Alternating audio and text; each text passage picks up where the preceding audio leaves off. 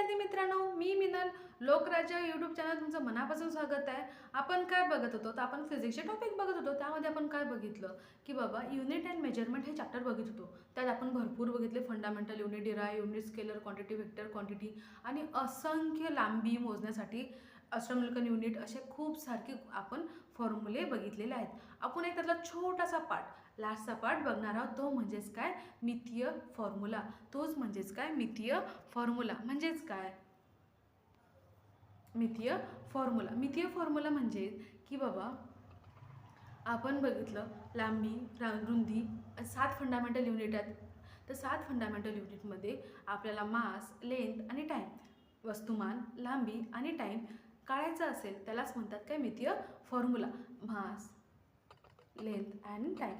तर मग मला सांगा यात काय असते, याची डिग्री काय असते, हा नेहमी आपल्याला 0 असताना दिसते. आता हा फॉर्म्युला कसा काढायचा, तर एक सांगा की स्पीडचा आपल्याला माहिती आहे की स्पीडचा फॉर्म्युला काय आहे. स्पीडचा फॉर्म्युला काय आहे, एकच मिनटं इरेजर घेऊ द्या. इरेजर, स्पीडचा फॉर्म्युला काय आहे, तर स्पीड इज इक्वल्स टू काय लिहितो आपण, distance upon time. Distance upon time म्हणजे चाल इज इक्वल्स टू काय आहे, एक पूर्ण माप लांबी भागीला वेग, वेळ, लांबी भागीला वेळ. तर आपण हे कशात मोजतो, तर आपण हे मीटरमध्ये मोजताना आपल्याला दिसते. आणि टाईम कशात मोजतो आपण, सेकंदमध्ये मोजताना दिसते. तर मग स्पीडचा किंवा चालचा मल्टीडायमेन्शनल फॉर्म्युला काय होईल किंवा डायमेन्शनल फॉर्म्युला काय होईल, तर तो कसा लिहितात, मास, लेंथ आणि टाईम आणि हे स्क्वेअर ब्रॅकेटमध्ये लिहितात. हा स्क्वेअर ब्रॅकेटमध्ये लिहितात. मग मास आहे का, जर तुम्ही कोणत्या दिशेने चालत आहे तर तुमचं वस्तुमान, तुमची गाडी चालते आहे पण त्यात तुम्ही कोणतं तरी मास कॅल्क्युलेट केलं का, तर नाही. एक स्पीड आहे, कोणत्याही गोष्टीची स्पीड आहे, हवा चालते तर हवेला मास आहे का, तर नाही. तिला एक डायरेक्शन आहे, तिला एक डिस्टन्स आहे आणि ते एकाच वेगाने टायमाने जाते. तर मग हे काय येईल की मास 0 येईल. मास काय येईल, 0 येताना आपल्याला दिसते. लेंथ आहे का, तर हो. काय कारण की आपल्याला माहिती आहे की मास काय आहे, मीटर, आपण डिस्टन्स कशात मोजतो, मीटरमध्ये मोजतो. डिस्टन्स कशात मोजतो, मीटरमध्ये. मग मीटरमध्ये काय, तर इथं लेंथ आली ना आपल्याजवळ, म्हणजेच काय 1. लेंथ आली ना 1. आणि दुसरी गोष्ट म्हणजे टाईम. तर टाईम तर आहे पण टाईम कसा आहे, तर हा भागीला आहे. टाईम कसा आहे, भागीला. तर वर गेल्यावर काय होईल, हा -1. वर गेल्यावर काय होईल, -1. म्हणजेच काय, जर आपल्याला स्पीडचा डायमेन्शनल फॉर्म्युला काढायचा तो किती येईल, m0 l⁻⁴ t⁻⁻1. म्हणजेच वस्तुमान 0 आहे, लांबी 1 आहे आणि वेग किती आहे, -1 असताना आपल्याला दिसेल. तसंच आपल्याला स्क्रीनवर दिसते की लांबीचा मल्टीडायमेन्शनल फॉर्म्युला किंवा डायमेन्शनल फॉर्म्युला आपल्याला दिसतो. आता त्यात काय केलं की लांबीला कुठं मास असते का, तर नाही असते. टाईम असतो का, नसतो. पण लेंथ आहे ना, तर लेंथमध्ये आपण लांबी मोजतो. म्हणजेच त्यांनी एलला काय दिलं आहे, 1 दिलं आहे. तसंच एरिया, लांबी गुणिले रुंदी. तुम्ही घर राहता त्या तुमच्या जेवढी जागा असेल, या मोबाईलचं पण स्क्रीन आहे तर ही लांबी गुणिले रुंदीमध्ये आपण मोजतो. तर मग लांबी गुणिले रुंदी आहे, तर लांबी पण मीटरमध्ये मोजतात आणि रुंदी पण मीटरमध्ये मोजतात. पण त्याला मास नाही आहे आणि टाईमही नाही आहे. म्हणजेच काय, एल स्क्वेअर.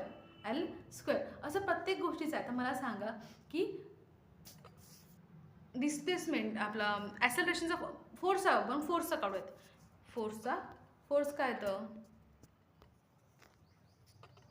फोर्स फॉर्म्युला काय आहे, mass into acceleration. Mass into acceleration. तर मास माहीत आहे पण ॲक्सेलरेशन म्हणजेच काय, डिस्प्लेसमेंट अपॉन टाईम. आता मला सांगा की जर आता मास एच्या जागी मी d/t टाकते तर फॉर्म्युला काय होईल, हा डीचा एमने येईल का इथं आणि या टाईमचा सेकंडने येईल का.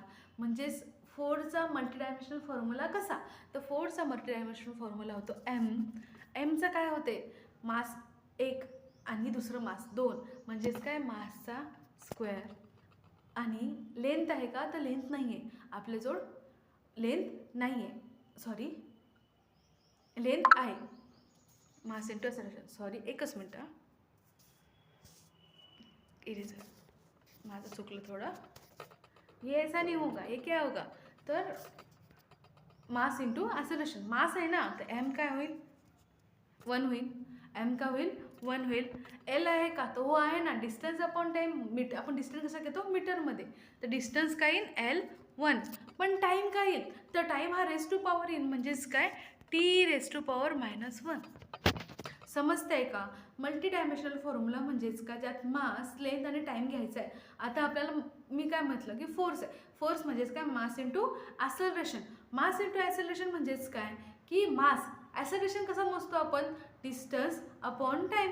Distance upon time. मग डिस्टन्स अपॉन टाईम लिहिताना आपण काय डिस्टन्स अपॉन टाईम म्हणजेच काय की डिस्टन्स कशात मोजतो? मीटरमध्ये आणि टाईम कशात मोजतो? सेकंडमध्ये.